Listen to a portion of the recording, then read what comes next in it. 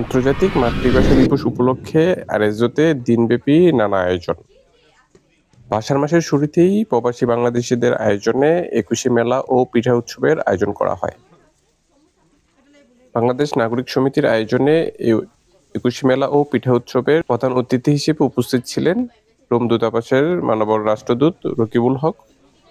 এছাড়া উপস্থিত ছিলেন রোম দূতাবাসের ঊর্ধ্বতন কর্মকর্তা, ফার্স্ট সেক্রেটারি, পাসপোর্ট এবং ভিসা উইং সাইফুল ইসলাম, শ্রম ও কল্যাণ উইং আসিফ আনাম সিদ্দিকী সহ রোম দূতাবাসের ঊর্ধ্বতন কর্মকর্তাগণ। পিঠা উৎসবের পাশাপাশি আয়োজিত এই অনুষ্ঠানে বাচ্চাদের চিত্রাঙ্কন প্রতিযোগিতা সহ বিভিন্ন ধরনের খেলাধুলার ব্যবস্থা রয়েছিল। লটারির মাধ্যমে বিজয়ীদের হাতে পুরস্কার বিতরণ করা হয়। পিঠা মেলার পরবর্তীতে আলোচনা সভা অনুষ্ঠিত হয়। আলোচনা সভার শুরুতে প্রথমে বাংলাদেশের জাতীয় সঙ্গীত এবং পরবর্তীতে ইতালিয়ান জাতীয় সঙ্গীত গাওয়া হয়।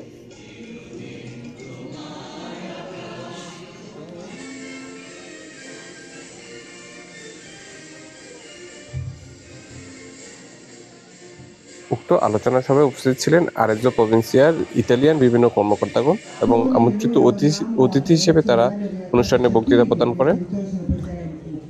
বাংলাদেশ নাগরিক সমিতির সভাপতি রাসেল আহমেদের সভাপতিত্বে আলোচনা সভায় প্রধান অতিথি হিসেবে বক্তব্য প্রদান করেন রোম দূতাবাসের মাননীয় রাষ্ট্রদূত রকিবুল হক।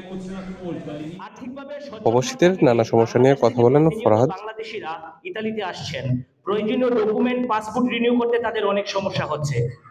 অসংখ্য বাংলাদেশি প্রয়োজনীয় ডকুমেন্ট না থাকার কারণে ইতালিতে বৈধভাবে কাজ করতে পারছে না, যার কারণে শুধু তারাই নয়, আমাদের দেশের অর্থনীতিও ক্ষতিগ্রস্ত হচ্ছে। ইতালির বিভিন্ন শহর থেকে প্রয়োজনীয় কাউন্সিলর সেবা নেওয়ার জন্য এক বা একাধিকবার দূতাবাসে গিয়েও নানা রকম সমস্যার সম্মুখীন হতে হয়। কাউন্সিলর সেবা বাংলাদেশ দূতাবাস ছাড়াও ইতালির বিভিন্ন শহরে এক ও একের অধিকবার যদি পরিচালনা করা সম্ভব হয়, তাহলে আমাদের প্রবাসীরা অনেক বেশি উপকৃত হবেন। আমি সবাইকে আজকে ফেব্রুয়ারি ভাষার মাসে এখানে একুশে মেলা এবং পিঠা উৎসবে আরএসওবাসীকে আমি আজকে আমার দূতাবাসের পক্ষ থেকে, আমাদের সবার পক্ষ থেকে অভিনন্দন জানাচ্ছি। আমি এখানে চারটা বিষয়ের উপরে আজকে আমি আপনাদের সাথে আমার বক্তব্যে আমি আলোকপাত করতে চাইব। আমি এখানে এসে সত্যি আসলে আনন্দিত। কেন আনন্দিত? এই কারণে যে আরএসওতে এসে আমার মনে হচ্ছে যে আমি একটা বাংলাদেশের কমিউনিটির মধ্যে আছি, মানে বাংলাদেশের মধ্যে আছি। এখানে it is like Bangladesh in RSO. You can say that it is like Bangladesh in Italy.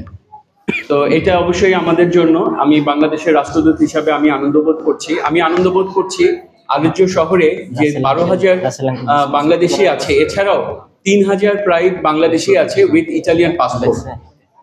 এবং সেখানে আমরা যেটা জানি যে আরএসওতে যে হচ্ছে কমিউনিটি, ইমিগ্রেন্টস কমিউনিটি 1/3, তার মধ্যে হাইয়েস্ট হচ্ছে বাংলাদেশি, সেটা হচ্ছে প্রায় 30% মতন। সেজন্য আমি এখানে আনন্দিত বোধ করছি এবং গর্বিত বোধ করছি, এবং সেজন্য আমি মনে করি যে RSO can be a role model for Bangladeshi communities in other city. আপনাদেরকে অশেষ ধন্যবাদ।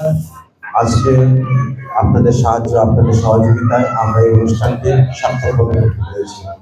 আমি সর্বপ্রথম ধন্যবাদ জানাচ্ছি রোম থেকে আগত বাংলাদেশ দূতাবাসের কর্মকর্তা বৃন্দদের। ধন্যবাদ জানাচ্ছি জনাব রাকিবুল হককে, মহামান্য রাষ্ট্রদূত।